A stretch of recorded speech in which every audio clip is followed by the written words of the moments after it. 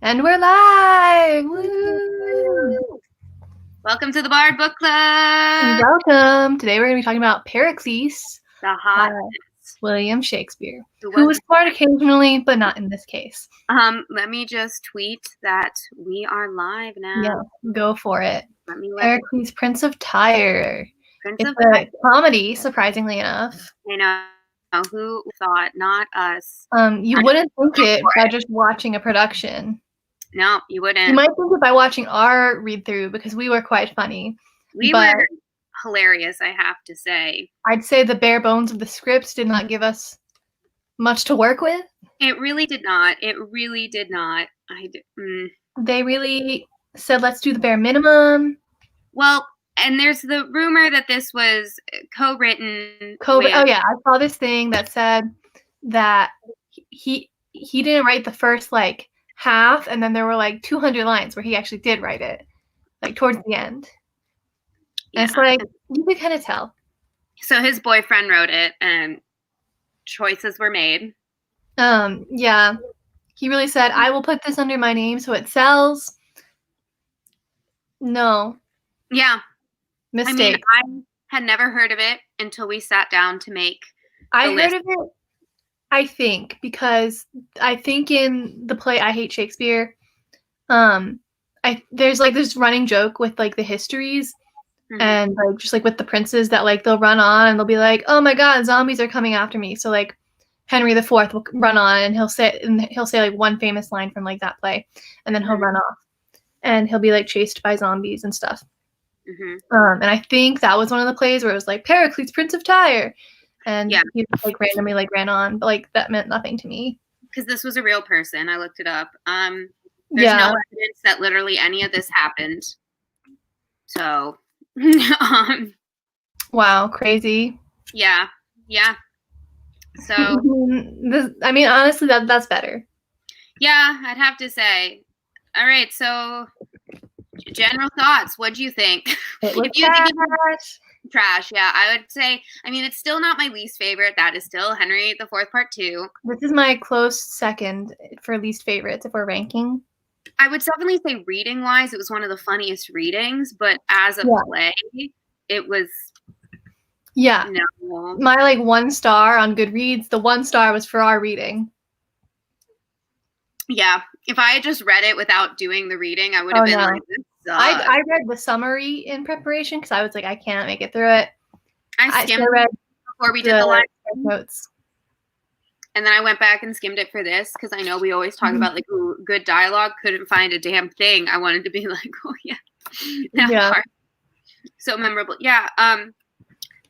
Yeah. It just, God, it was like, it's funny. Is it supposed to be a comedy or is it a history? Yeah, I think it's supposed to be a comedy. When I looked it up, it was listed as comedy. So it's supposed to be funny, but not in the way that we made it funny. Like it's supposed to just be funny on its own.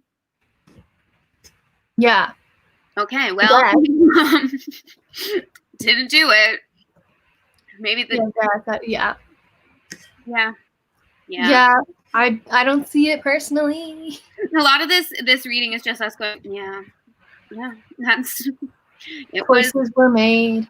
Choices were made on this play.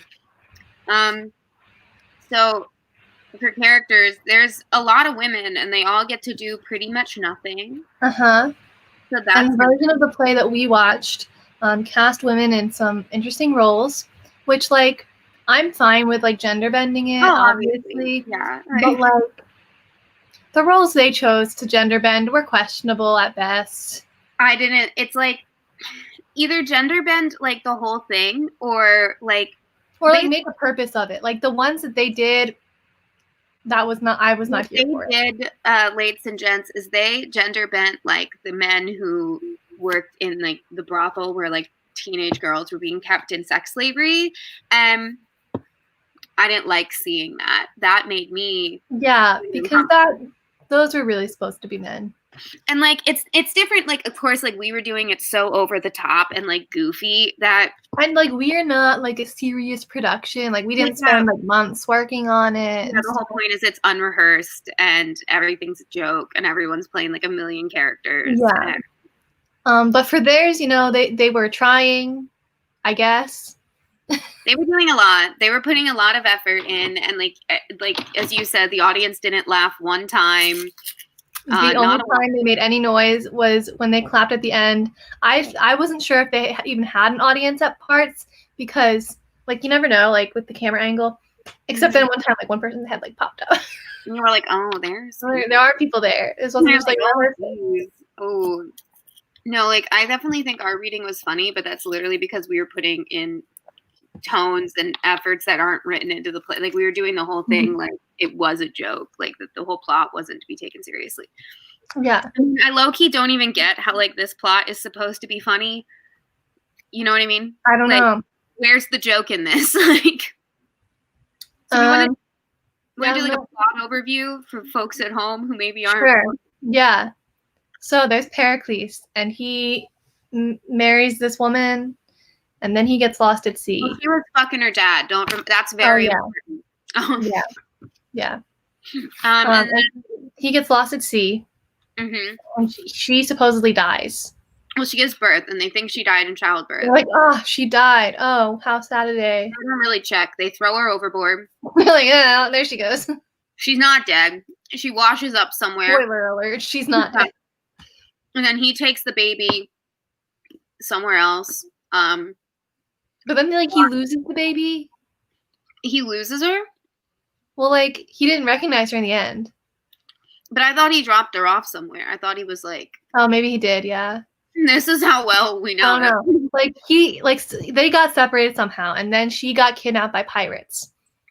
And brought... Well, first someone randomly wanted to kill her for no reason. Yeah. Oh, yeah. We didn't know why that happened, but they did. Pirates... Oh, I think that's why. Is that, like, they were together, and then, like, we didn't see that. But she was born, they were together, but, like, she must have, like, been stolen when she was a child or something. And then the murderers were like, we're going to kill her. And then they thought they killed her. They, like, faked her death or whatever. And so they went to Pericles, and they were like, your daughter is dead. It's so sad. But she wasn't dead. Then she was kidnapped by pirates.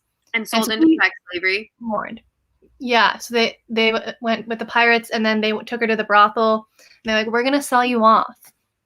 And, like, every time she went to someone, they were like, she was like, oh my God, but, like, I've never had sex. And, like, and she would just, like, talk so much that they'd be like, it's fine. We don't need to do it. She was, like, what, like 11? Like 10, yeah, 11? I don't know how old she was supposed to be. Gross. Like, yeah. And so and then they were like, we're going to take you to our best client.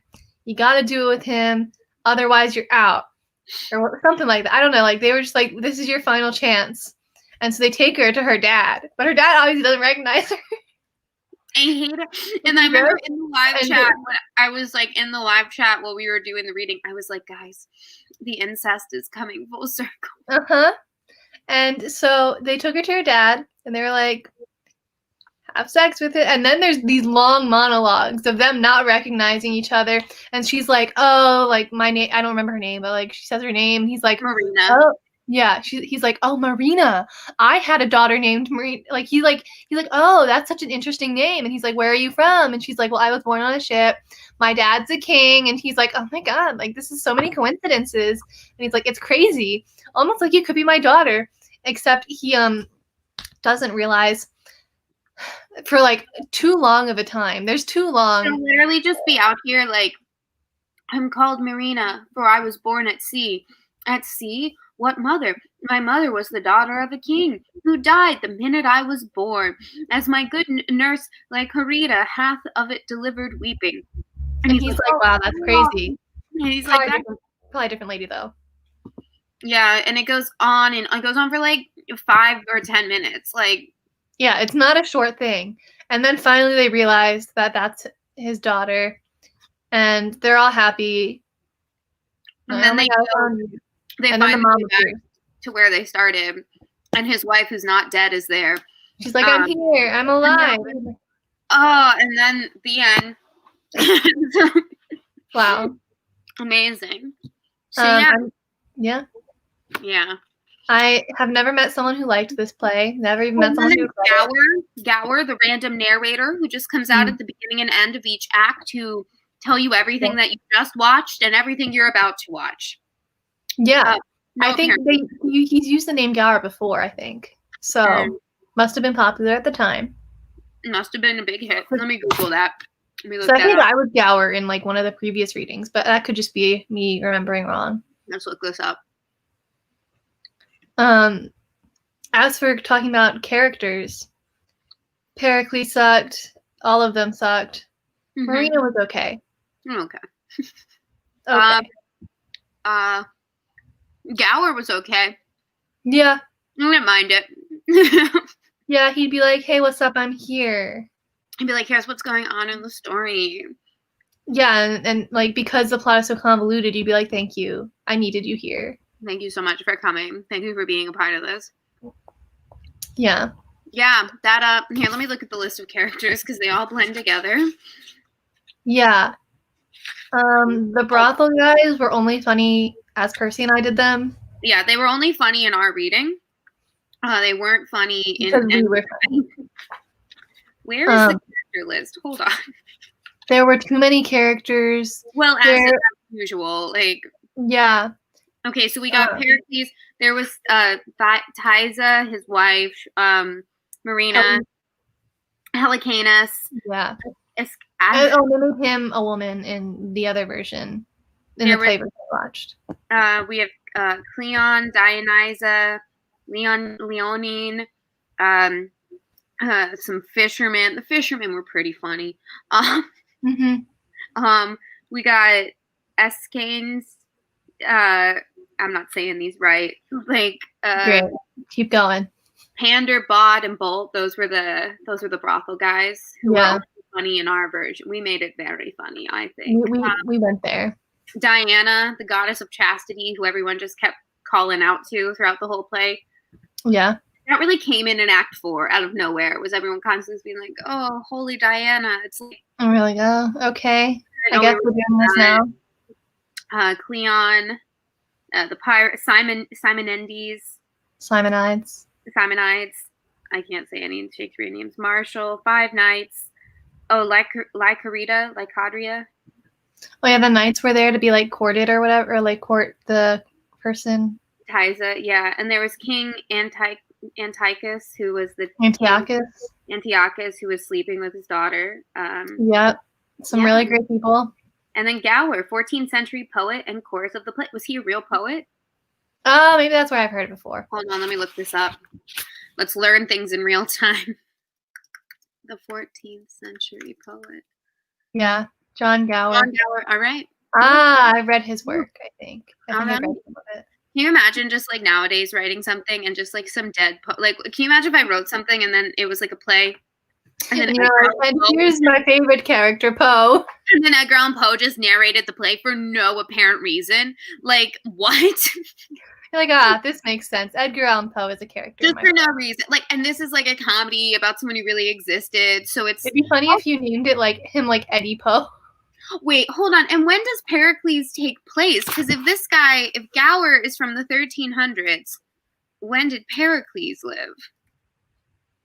Pericles, see, this is where it doesn't quite make sense because Pericles. Did it ever make sense, Molly? Pericles was born in the late 300s BC. We know he died in 429 BC in Athens. So I don't quite know how. I think Gower might have been a poet talking about those times. I don't know. Oh, is Gower the poet telling us what's happened? Yeah, I think so. Okay. So that's why he explains everything. So we got to write a play where Edgar Allan Poe is telling us about someone from another time. Yeah. That would be amazing. I got this. It can be a very meta thing. Edgar Allan Poe telling us a play about Shakespeare. Write it down. Write it down. That would be amazing. Yeah. David Laws in the chat said, "What is this about?" You know, we're talking about Pericles. We tried to explain the plot, but it's not very good. So it's hard to know what it's about, honestly. Frankly, I have to say. Do you want to move on to plot? Yeah, I wrote down, what even was it? I don't know. Yeah. It's like Percy's TikTok. Yeah, Percy's TikTok was pretty quality. I can try to pull it up for us. Yeah, do it, pull it up. It's quality entertainment. Yep. I just keep opening to random pages in this script, and I'm like, what was this? Like, what was this play? Let's see. My copy has cute pictures. Oh, it says, I'll read it. Whoever can describe the plot of Pericles gets to live. Call an ambulance! For me! It's so bad. Yeah. David Law said, I just signed on. Honestly, is this a book? Pericles was a Greek statesman. Yeah, we know. Yeah. This is a play by Shakespeare. Mm-hmm. And about Pericles, who we are aware was a Greek statesman because he is that in the play. Mm-hmm. So yeah, this is a book, as you can see. Yeah. It's our November book for the Bard Book Club. And it was probably the second worst one we've read. Mm-hmm. Mm-hmm. Worst being Henry IV Part 2. Yeah, fuck that one. Because we didn't need a Part 2. We barely needed Part 1. Honestly. Yeah. Can you imagine if there was a Pericles Part 2? I just kept going. No. It was like, okay, and then they try to clarify. It's like, no. Oh my god, no. Yeah, Part 1, that was even a little much. It honestly felt like two different plays. Yeah, it did. I agree. Once he had Marina, we kind of left him for a bit. Marina, not Marina. I don't know why I kept saying it. But yeah, once he had Marina, it felt like a different play. Yeah, it felt like the first half was about Pericles and the second half was about Marina. And just the tones were weird. I think that was kind of when Shakespeare started writing. I think I read a thing that was like, and then when Marina meets up with Pericles, that's when Shakespeare wrote stuff in it. Oh, okay. Which, like, I guess, but like, why Shakespeare? Why'd you write it so long? I also thought, from the way the first act went, that King how do you say it? Antiochus. I thought King Antiochus being into his daughter and like not letting other people court her, I thought that was gonna matter more. I thought a lot of things were gonna matter more. I thought those murderers were gonna matter more. Yeah, me too. Because I was one of the murderers, and I was like, oh, so like that's the plot of the play, is that these guys are gonna try and murder her. Also, like, why? Like, because she's the princess. I don't know. And it's like, I don't know. None of it. It doesn't track. Nothing tracks. Not a damn thing. Yeah, it's all just kind of confusing. Summary of Pericles. It's confusing. Don't read. That's what I'd say. Yeah. Yeah. I looked up some themes just for fun. Mm-hmm. It said family. Okay. And then I saw a subsection of that said fathers and daughters. No. This is a Father's Day read. Uh-huh. And then I also saw that it was about mortality, which, I mean, I guess, but like, because they come back to life, so maybe. I don't see that. It's also about power, according to the internet. Okay. Which I could kind of see that. And it also said about sex, which, yes, I could see like those two going together and being like, and then at the brothel. I could say like virginity. Yeah. Because I feel like once the women are like presented with like, okay, because like her mom definitely wasn't a virgin. Mm-hmm. She married Pericles and she'd had sex with her dad. And then Marina was a virgin. I don't know, there's probably something deeper we could find there, but I'm just still so appalled by all of it. We could say that the ocean was a theme.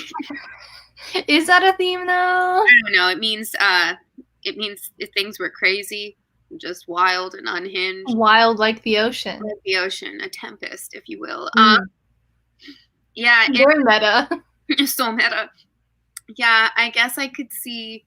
I don't like saying family as a theme. That's gross. Me neither. But I mean, like, I guess. I mean, I don't know. I don't have anything helpful to add because I'm just so. I know. Well, like, because I was thinking. That's why I looked it up because I was thinking. I was like, I got nothing. Yeah, it's like, wow, this is. Here we are. And so I was like, I better look this up because like I don't have any answers. I was thinking about this all week, honestly, for this reading, and was like, because what did we do last? Macbeth. Yeah. Yeah, and I had had so many things. We had so much to say, and real downgrade from Macbeth. And this, we took a turn. We did a 180. We said, here's the best play, and here's one of the worst plays. Yeah. Yeah. So, it's a little rough. So for fun dialogue, there absolutely is none. Yeah, I said just the way we said it because we are funny. Yeah, like, okay, so the fact that, like, usually Shakespeare plays have really good openers, and the opening of this is not good. Hold on, I'm an actor. No, I can find it real easy. One second. Here, I have it. Okay, so Gower comes out here and says, "To sing a song that old was sung, from ashes ancient Gower is come, assuming man's infirmities to glad your ear and please your eyes." Okay. No. And then, like, the first, like, in character in scene 1 is Antiochus says, "Young Prince of Tyre, you have at large received the danger of the task you undertake." And Pericles says, "I have, Antiochus, and with a soul emboldened with the glory of her praise, think death no hazard in this enterprise." Okay. Mm-hmm. So, like, I suppose. Pop off that way, I guess. And then it ends with Gower, too. Because, like, of course it does. Uh-huh. Hold on. What does Gower say at the end?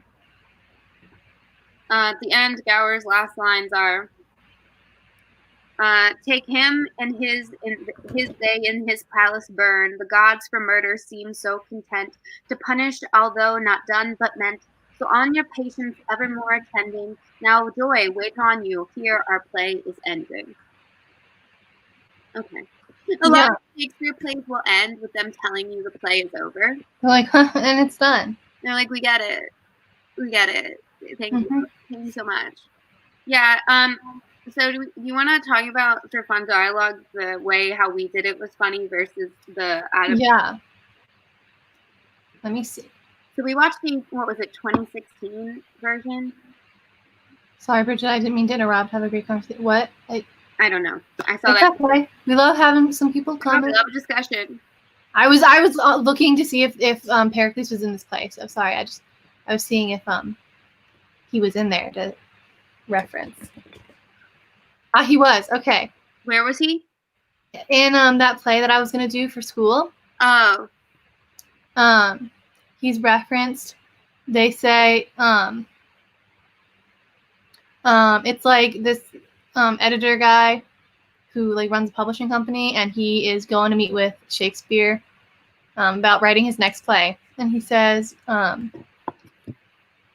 "Here are the box shows for Coriolanus that you asked for. These are awful. They're worse than Timon of Athens, but they're better than Pericles, Prince of Tyre. The play where the audience got pelted with rotten garbage did better than Pericles, Prince of Tyre. It's not even a tenth of what we made on Macbeth." That is correct. And then they go down and like he talks with Bill, who he's called in this play, and he says, "What's the good word on Coriolanus? Not bad, not bad. Why do you always say not bad when it's very, very bad? No, it's really not bad. It did better than Pericles, Prince of Tyre. That show of Marlowe's with the dancing pig in it did better than Pericles, Prince of Tyre." I love it. Yeah. So basically it was just them being like, it's bad. Yeah, it is. Yeah. For sure. That is for sure. And then he's like, "Can you put a dancing pig in your next play?" Yeah.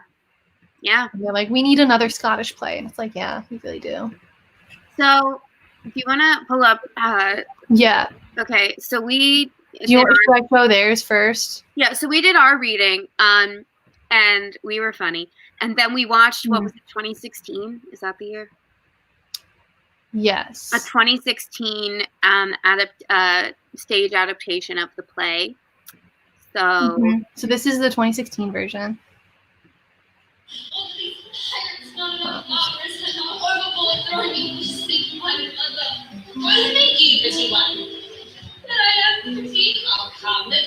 done their part in you, oh, kiss them not. Were like lighting to my hands, and you were not convinced from all my thoughts where I was like to die. Aye, and you shall live in pleasure.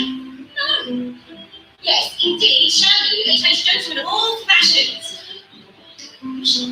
So What? You stop that's that. That's how they did it. Yep. Gross. And especially just because they're women, I wasn't feeling. Yeah. So here's us. Bridget was playing many roles. Yes. She's playing both always for everyone. She's playing both parts in this scene.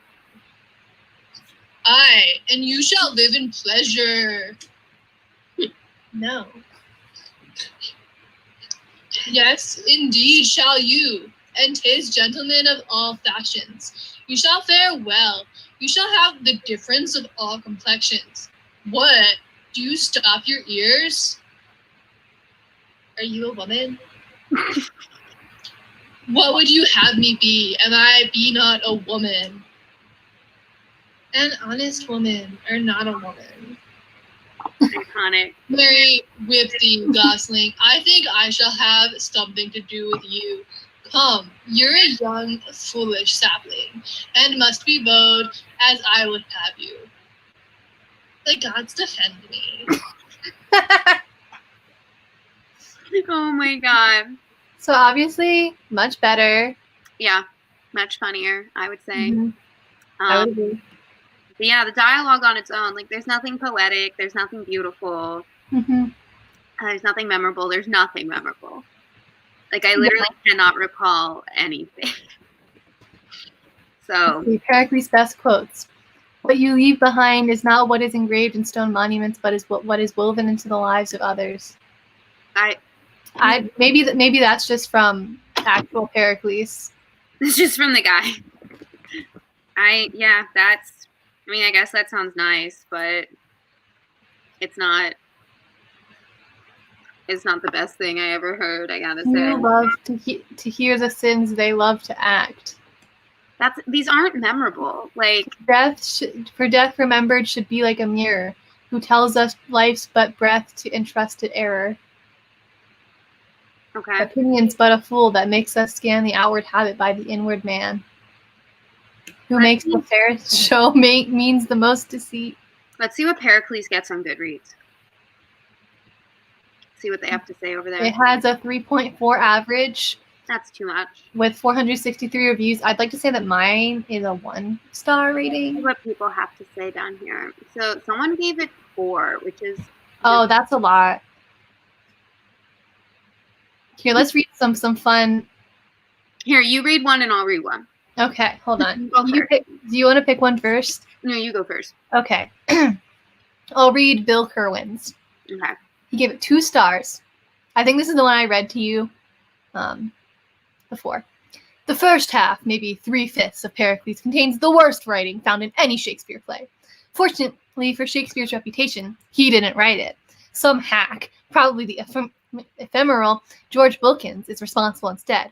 Much of the verse of the first 3 acts is difficult, but not in the way late Shakespeare is often difficult, an extraordinary concentration of and richness of language, but because it is poorly constructed or reported, and makes little or no sense, particularly when it is straining after a rhyme.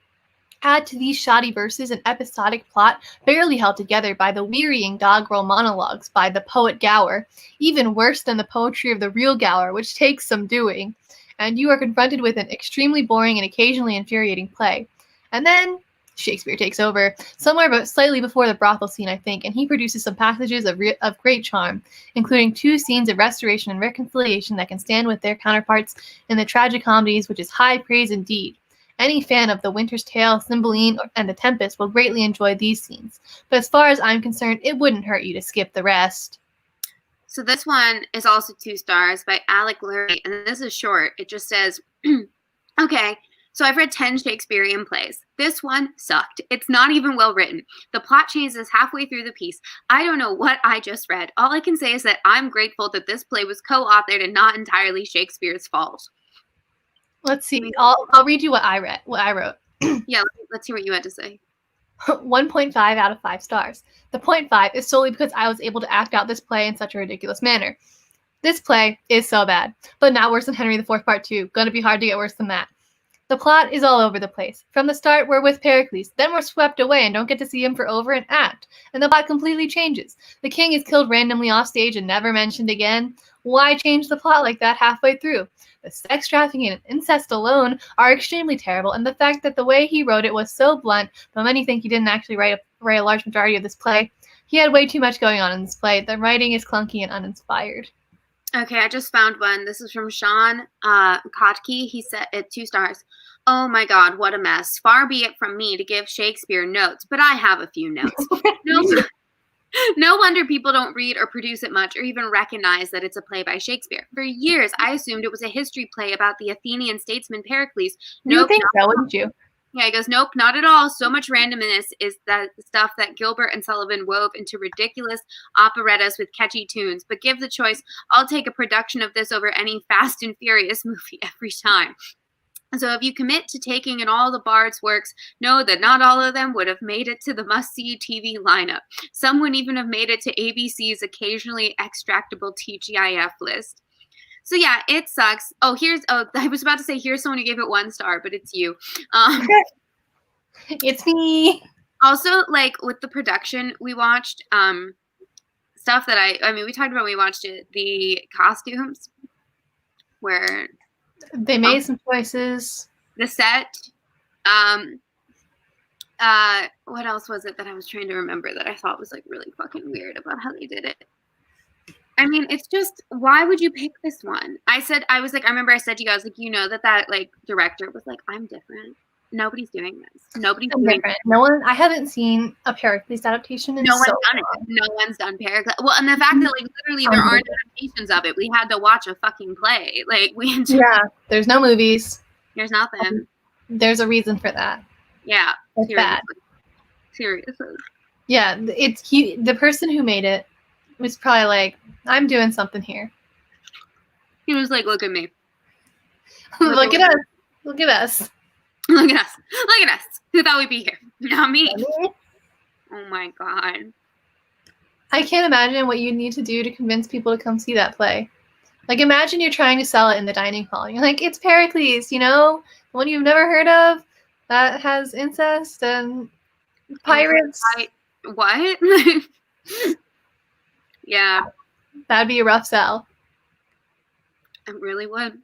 Especially the way they did it. They didn't like set it in like a specific time, and like the costumes were rough. It was in the past. Not now. They look like they got all their costumes at Party City. Yeah.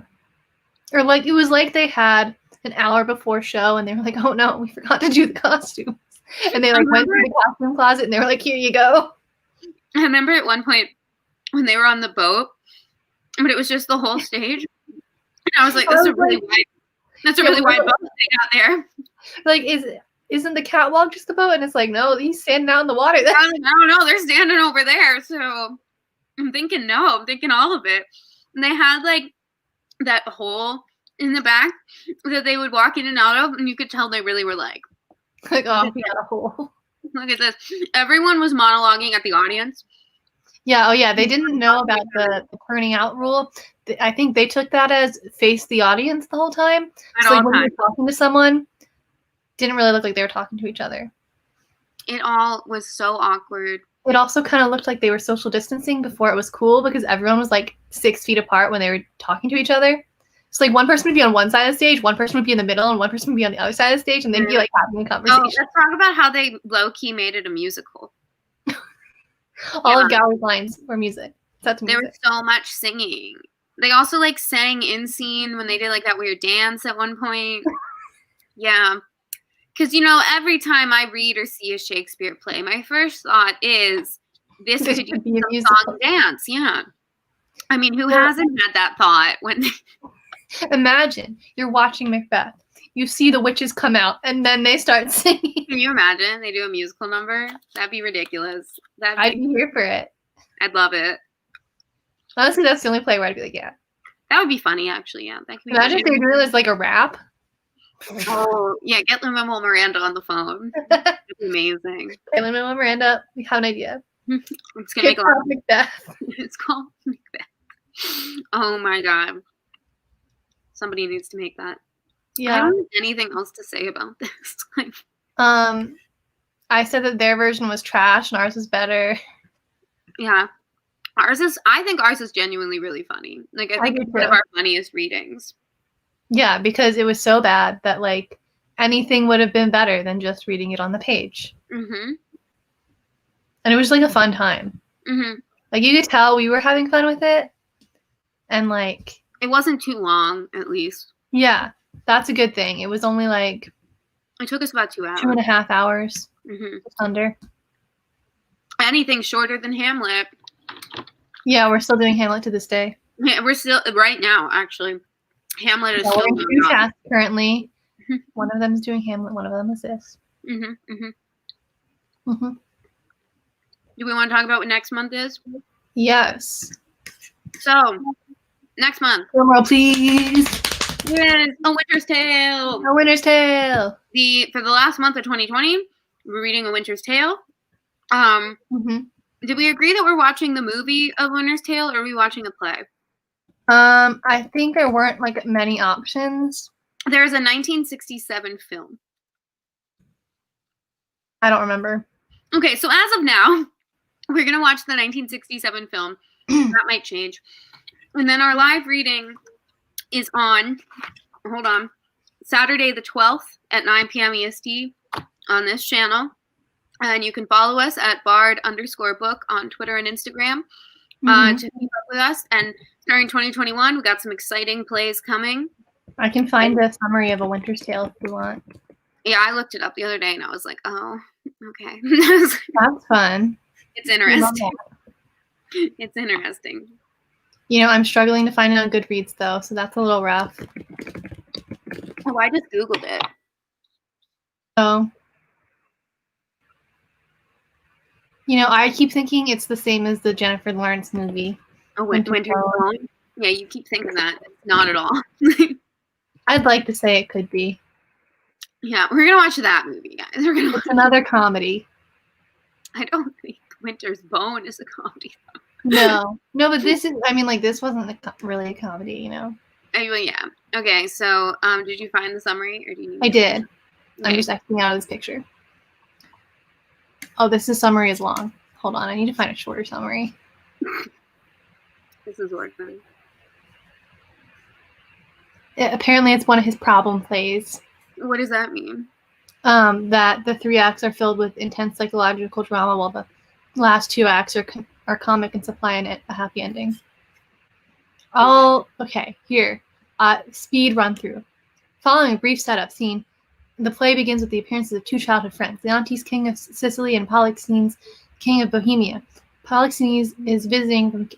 Okay, this is just, like, really long. Never mind. No, okay, basically, it's like he... Oh, this is the one with exit pursued by a bear. That's all I need to know. Okay, hold on.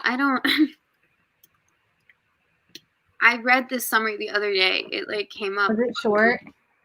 Yeah, it was just... short summary on SparkNotes. This is still quite long. King Leontes of Sicilia begs his childhood friend to extend a visit. Meanwhile, he's Hermione.